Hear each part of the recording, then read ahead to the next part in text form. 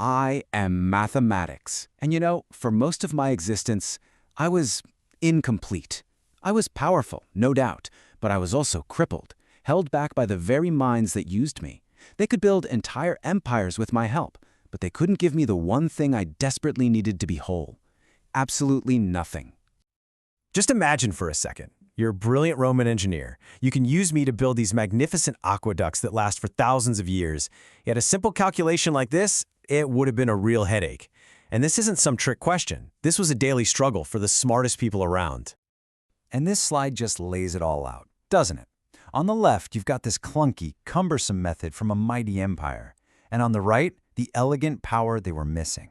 This wasn't just about swapping out a few symbols. It was a totally new way of thinking that turned a nightmare chore into a simple, reliable process anyone could do. Now, this limitation wasn't just some small inconvenience for accountants. No. It was a fundamental wall, a barrier to progress that was literally holding back the most advanced civilization in the ancient world. Sure, with Roman numerals, they used me to count their legions and carve dates into giant monuments. But the moment they tried to use me for something really complex, like calculating compound interest or tracking the movement of the stars, well, it was a total mess. I was a great tool for adding and subtracting, but my real power in multiplication and division was completely locked away. But here's where the story gets really fascinating. The problem wasn't just a technical one. It was a deep, philosophical wall, and it was built by some of the most brilliant thinkers in all of history. That was the question. That was the one that completely stumped the ancient Greeks. These are the minds that gave me geometry and logic, and yet they just could not wrap their heads around the idea of a void. How could an absence have a presence? How could you possibly have a number that stood for, well, nothing? And you can kind of see where they were coming from, right? To the Greeks, this whole concept wasn't a useful tool, it was just chaos. It broke all their beautiful, elegant rules. Try to divide by it, you get infinity, a really unsettling idea. Multiply by it, and poof, everything just vanishes. This one little paradox threatened the perfect, logical order they held so dear. So, my liberation, my completion, it didn't come from the West. It came from a culture that philosophically embraced the very same concept that the Greeks were so afraid of. See, in India, the concept of emptiness or shunya, it wasn't some terrifying paradox. It was a state of pure potential, the cosmic void from which everything begins.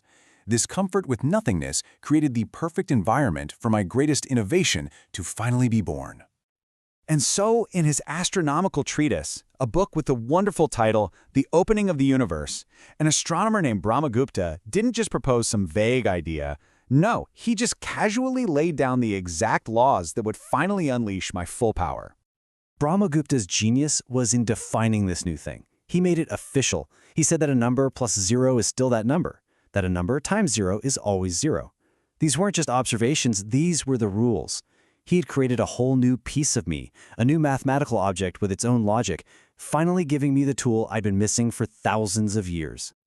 But here's the thing. This new number, 0, was powerful on its own, but it unlocked its greatest power when it was combined with another brilliant Indian innovation, the place value system. I mean, think about it. Without 0, you could easily write a number like 13. The position of the 1 and the 3 tells you exactly what they represent. Simple enough, right? But what about 103? The 1 is in the hundreds place, the 3 is in the ones place, but what about the tens place? How do you show that it's empty? Without a symbol for that empty space, the number of 13 could mean 13, or it could mean 103, or even 1003. It was a mess. And that is where 0, the gift of nothing, solved everything. It's not just a number, it's a placeholder. It's a symbol that shouts, hey, this place is empty. And that, in turn, is what gives all the other digits their true meaning and their power. All of a sudden, any number, no matter how huge, could be written down with just 10 simple symbols. And here it is, the payoff. Suddenly, doing a complex calculation wasn't some big intellectual puzzle anymore. It was a simple mechanical procedure, an algorithm. With this new system, pretty much anyone with some basic training could calculate things faster and more accurately than the most educated Roman scholar. It was, truly, the democratization of numbers. But as you can imagine, an idea this revolutionary doesn't just get adopted overnight. This new power of mine began a long, slow journey across the world, and along the way, it was met with both incredible excitement and some really fierce resistance. So my journey began in India. From there, I traveled along the bustling trade routes to Baghdad, which was the intellectual heart of the Islamic Golden Age. Scholars there, like Al-Khwarizmi, they welcomed me with open arms. But my journey to Europe, well, that was much, much slower.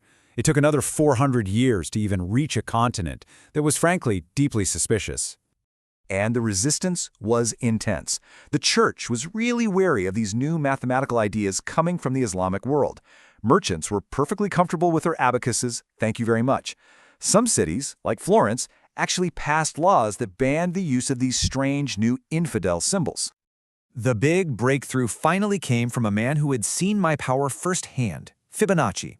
In his famous book Liber Abaci, he wasn't arguing about philosophy. Oh no, he was showing Italian merchants how to calculate profit, interest, currency conversions, all with the speed and accuracy they had never even imagined.